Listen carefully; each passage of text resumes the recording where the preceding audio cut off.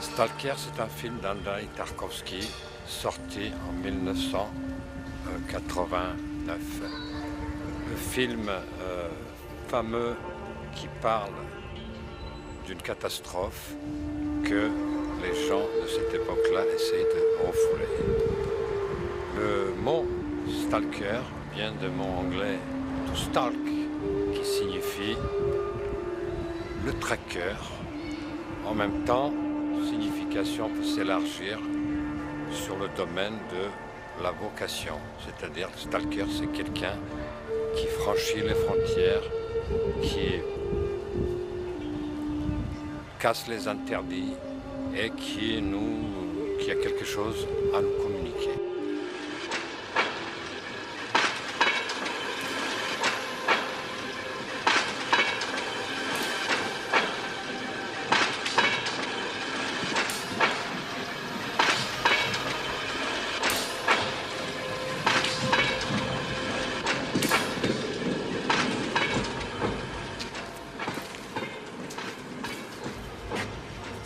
Stalker nous raconte l'histoire d'une catastrophe. Une catastrophe qui se serait produite suite à la chute d'un météorite apparemment et qui a provoqué beaucoup de dégâts dans cette zone-là. On arrive au mot zone justement parce que les autorités ont encerclé cette zone puisqu'elle avait présenté quelques pouvoirs mystérieux et le mystère de la zone intriguait beaucoup les gens, ce qui fait que les militaires, la police, tous les autorités donc ont mis des barbelés ainsi que la police pour protéger cette zone des regards curieux.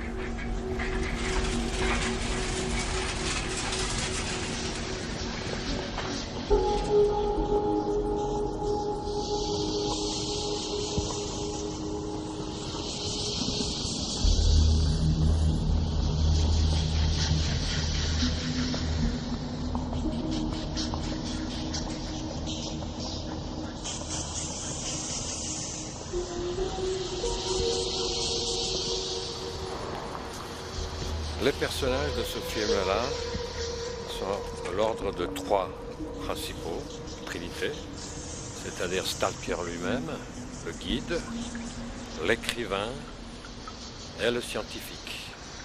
Intéressant, il n'y a aucun nom propre qui apparaît. Les personnages d'apparence annexe, c'est-à-dire la femme de Stalker et sa fille, auront une importance capitale dans ce que Tarkovsky va suggérer comme la solution au problème et au désarroi des trois personnages qui finiront leur tribulation, leur voyage avec un échec.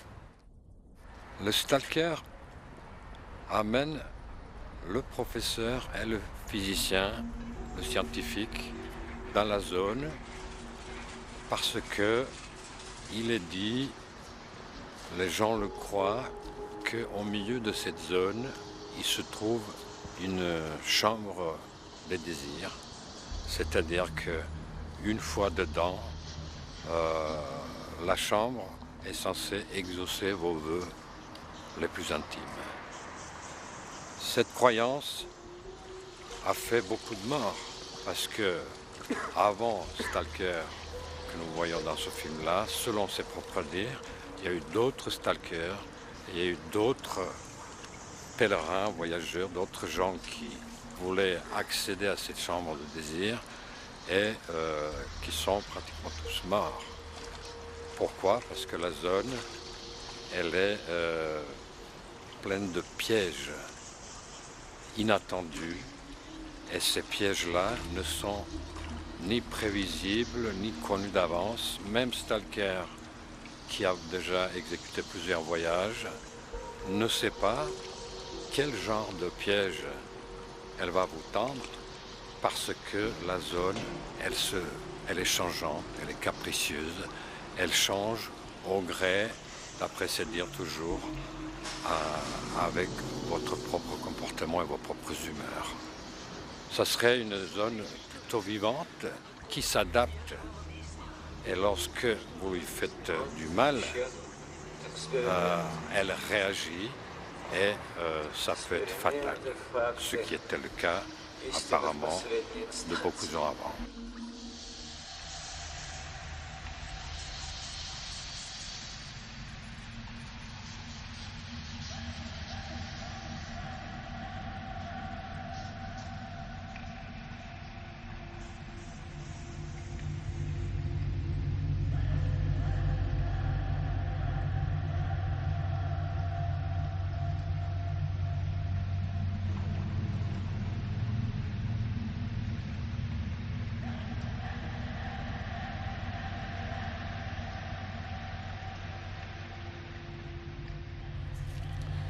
Quant au personnage de ce film-là, le stalker, on a déjà dit donc est un guide qui connaît la zone et qui est le seul capable de vous amener dans cette chambre.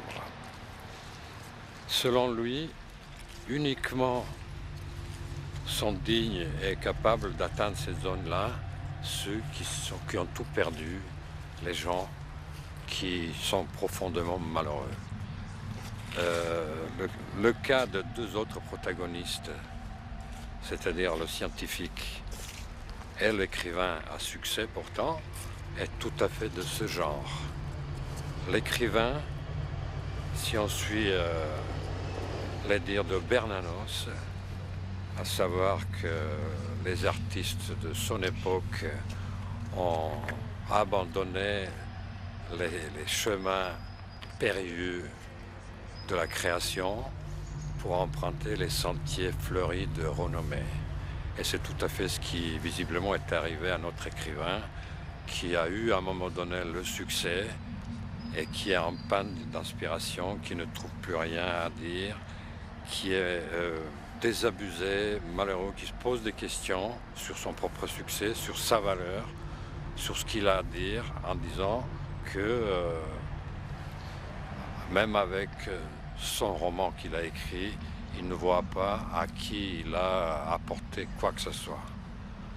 C'est pour ça qu'on le voit arriver dans le cadre avec une jolie femme, de petite ou grande vertu, c'est comme on veut, accompagnée d'une bouteille d'alcool, cigarette à la main, tout à fait l'image d'un intellectuel en panne d'inspiration et qui n'a peut-être, selon lui, plus rien à dire. Et il est venu chercher le stalker, essayer d'aller dans cette chambre, dans la zone, par distraction visiblement, pour que quelque chose se passe, voilà, sans vraiment croire à cette chambre de désir particulièrement, mais en se disant que ce mystère existe effectivement et qu'en tant qu'esthète, voilà, ça l'intéresse, mais plus dans le domaine d'un amusement, de passer un bon moment, que de découvrir vraiment quelque chose. Le cas de scientifique est différent. Le scientifique, par définition, veut dominer le monde. Et l'existence d'un mystère, ça l'intrigue dans le sens où il ne peut être formulé. Il ne peut être compris, il ne peut être expliqué, et en tant que tel, faisant partie d'un mystère, du domaine plutôt de la croyance et de la foi, il le voit comme quelque chose qu'il faut détruire. Et ses motivations pour aller dans la zone sont tout à fait différentes de celui de l'écrivain. Les relations entre trois personnages sont extrêmement bien travaillées, à savoir que notre ami écrivain, en tant qu'esthète, a un recours assez fréquent à l'ironie. Il ironise beaucoup, il se moque de la science, de ce qu'ils ont apporté. Il demande, le scientifique, qui vous avez rendu heureux avec vos triangles. Triangle ABC égale triangle A', B', C'. Et alors, il y a une évocation de triangle Bermude, un petit peu de la part de la dame, qui est assez amusant. Mais tout ça pour dire que la science est dans une impasse, et même sur ce plan purement eschatologique. Et alors, à quoi bon? À quoi bon tous vos trouvailles? Et scientifique qui est beaucoup plus cartésien, qui n'a pas le sens de répartie de cette dimension esthétique qui serait peut-être l'ironie ou une autre forme. Et ces réponses sont beaucoup plus coupantes, définitives, et qui renvoient soit l'écrivain avec son esthétisme exubérant, ou bien le stalker avec sa foi inébranlable. Il les renvoie à leur place selon lui, qui ne devrait pas avoir lieu, tout simplement.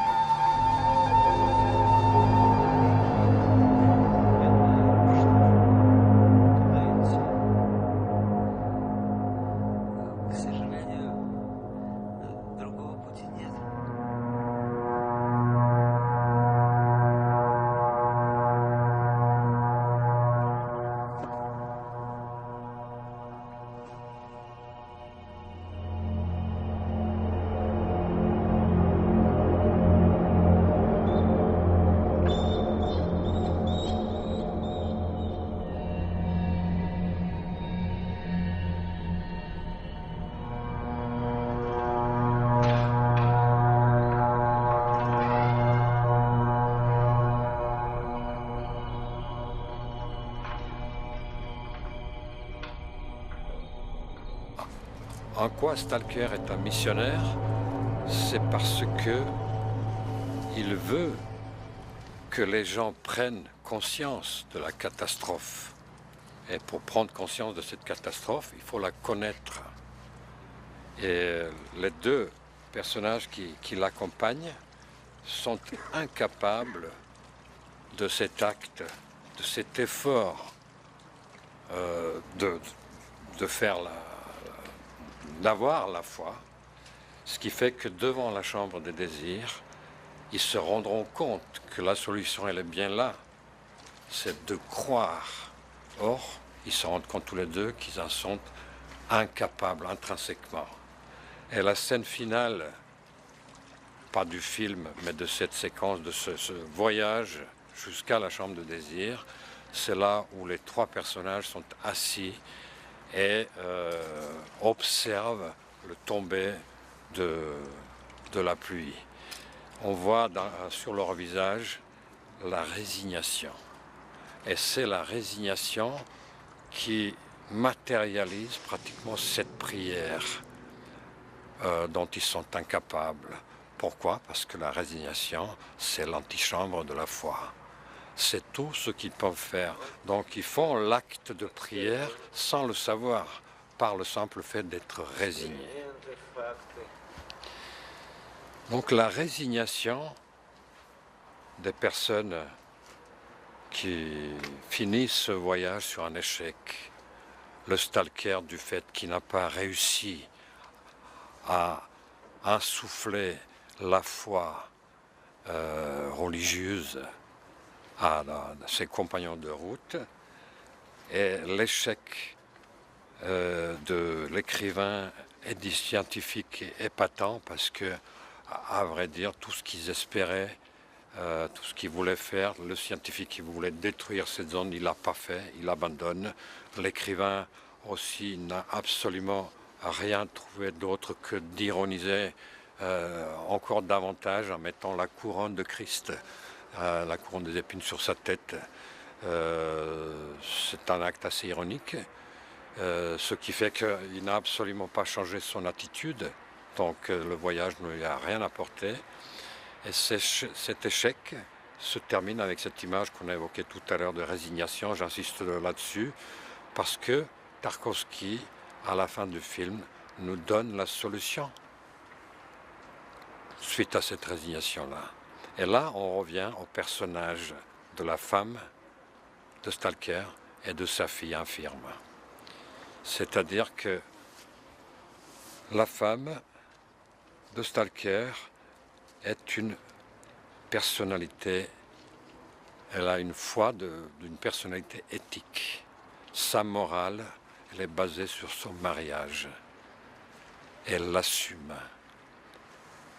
Sa mère et son entourage étaient contre parce qu'elle savait qui était Stalker. Et elle dit aussi dans sa confidence, elle savait pour l'enfant aussi. Parce que Stalker ne peut pas avoir l'enfant normal. Si on n'a pas dit, l'enfant de Stalker n'a pas l'usage des jambes. C'est en ce sens-là que cet enfant est infirme.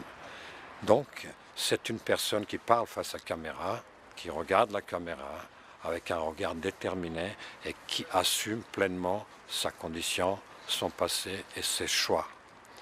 Et c'est cette foi de la personnalité éthique, hautement morale, qui n'envie personne, qui ne demande rien, qui ne se plaint pas, qui vit simplement en regardant les choses en face telles qu'elles sont.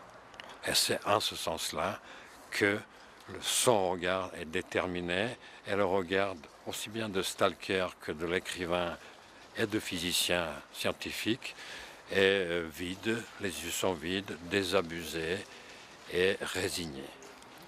Maintenant l'enfant. Thèse très intéressante de Tarkovsky, que Stalker va reprendre en cours de film, c'est-à-dire tout ce qui est faible, ce qui est mou, comme l'enfant qui naît, et le symbole de vie est vivant. Quand les choses sont fortes, secs et dures, c'est qu'elles sont sur le point de mourir.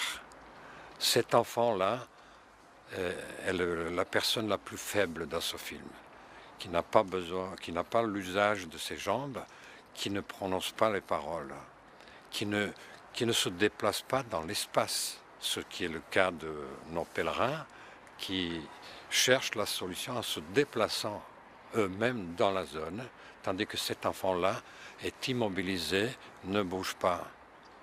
Mais elle fait bouger les objets. C'est-à-dire qu'au début du film, lorsqu'ils dorment, on voit un verre sur un plateau qui bouge. Effectivement, le train arrive un peu plus tard, mais le verre bouge. Et à la fin du film, on voit l'enfant devant la table à manger, les verres disposés sur la table, et elle regarde les verres, cette fille, et les verres se déplacent. Métaphore ou pas, Tarkovsky a un style fantastique, parce qu'il ne voulait pas que le débat soit tourné vers les personnes avec des pouvoirs paranormaux. C'est pas ça la question, c'est pour ça qu'il a introduit dans la scène où l'enfant regarde les verres qui se déplacent, le train, le bruit de train même très fort, mais qui arrive quand même un peu plus tard que les verres qui commencent à bouger. Mais il insiste bien sur le regard de cet enfant-là. C'est un regard concentré, à différence des regards de Stalker, de l'écrivain et de physicien qui sont des regards perdus. Son regard est déterminé, concentré, à tel point qu'il est capable de faire bouger le monde autour de soi. Et donc, c'est une foi de la personne mystique.